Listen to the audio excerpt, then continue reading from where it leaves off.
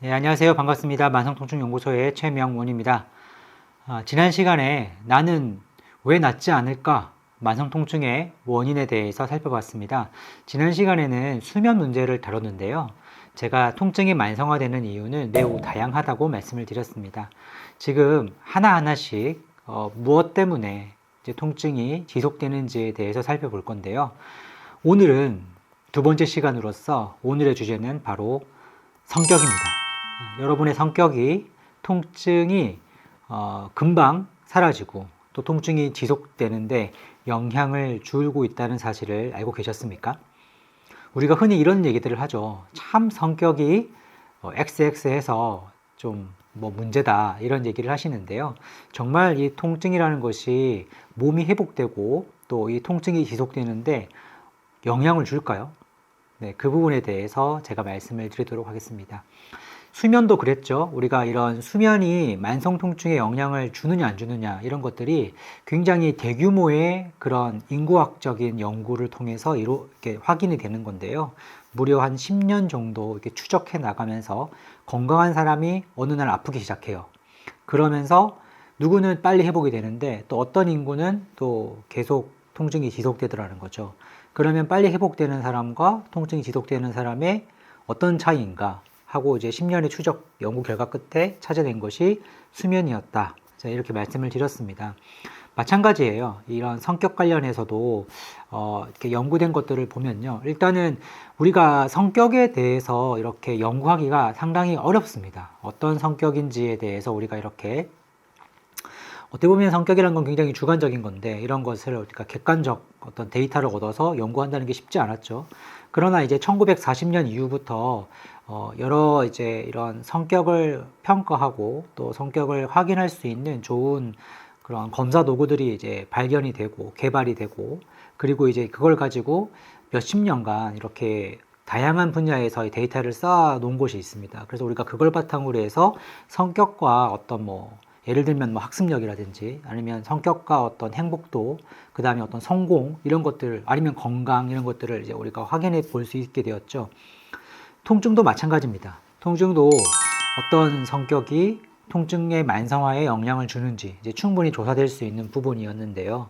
만약에 성격이 통증에 영향을 준다라고 한다면 어떤 성격이 좀 더 불리할까요? 좀 더 쉽게 불안하고 좀 더 많이 우울하고 그리고 조금 더 예민하고 뭐 이런 성격들이 통증 만성화에 영향을 줄 거다라고 혹시 예상이 되시나요? 연구 결과가 정확하게 동일했습니다. 그래서 우리가 이러한 성격의 유형을 신경증적 성격이라고 하거든요.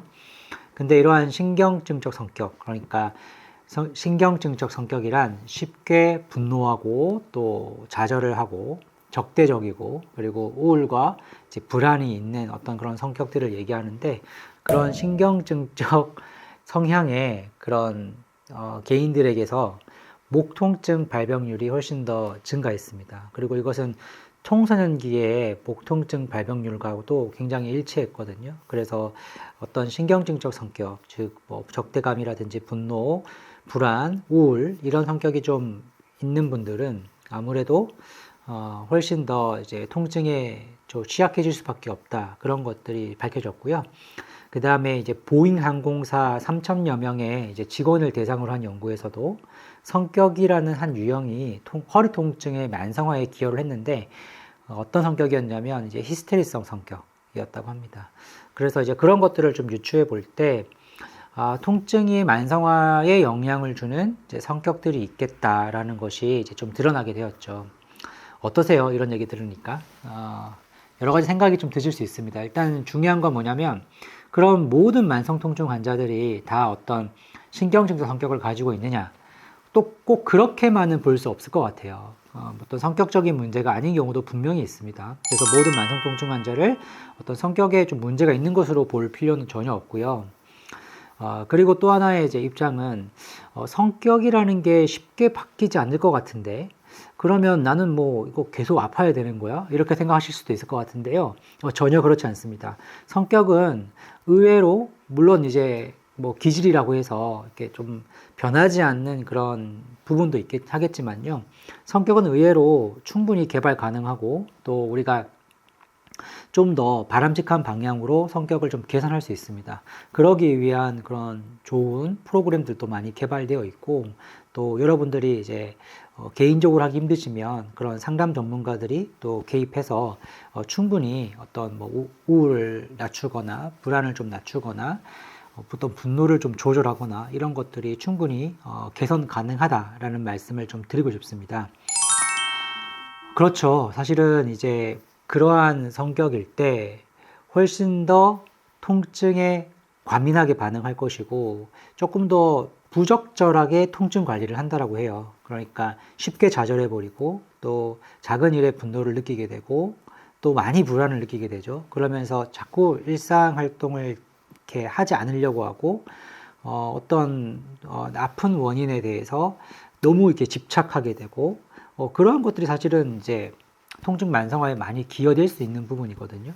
그래서 사실은 성격이라는 것이 우리가 쉽사리 이렇게 성인이 되어서는 사실은 어떻게 우리가 뭐 쉽사리 그런 부분에 대해서 고민을 하거나 물론 이제 통증뿐만 아니라 어쩌면 일적으로도 관계적으로도 조금 내가 좀 힘든 그런 성격들이 있죠. 근데 그런 것들에 대해서 이렇게 우리가 고민을 해볼 수 있지만 크게 내가 이거를 좀 개선해야겠다 이런 고민들은 아마 안 하실 거예요. 그런데 어쩌면 이 통증이라는 하나의 어떤 어려움을 만나서 제가 만난 환자분들은 결국은 이제 자신이 계속 미루었던 자신의 어떤 그런 성격적 문제들을 하나하나씩 다뤄가는 과정을 밟으세요.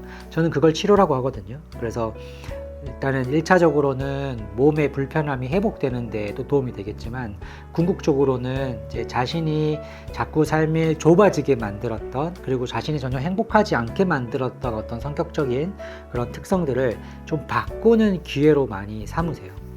그래서 여러분들이 어쩌면 이 통증을 통해서 내가 계속 미뤄왔던 어떤 숙제가 이제는 좀 해결되나 보다 이렇게 좀 생각해 보시면 어떨까 싶습니다. 의외일 거예요. 어떻게 이러한 성격이 통증에 영향을 줄까? 왜냐하면 사실은 통증의 발생은 반드시 어떤 신체의 구조의 문제만으로는 설명할 수 없는 부분이 있고 신체의 구조의 문제가 있다 할지라도 반드시 이제 우리가 그것이 뇌에서 해석되는 과정을 통해서 통증이 발생되거든요. 모든 경우가 그렇습니다. 그런데 뇌에서 해석이 될 때 이러한 인지적인 그리고 어떤 감정적인 작용들도 분명 그 통증 발생에 영향을 줄 수 있다라고 보거든요. 그래서 성격도 충분히 통증 발생에 영향을 줄 수 있다라고 보고요.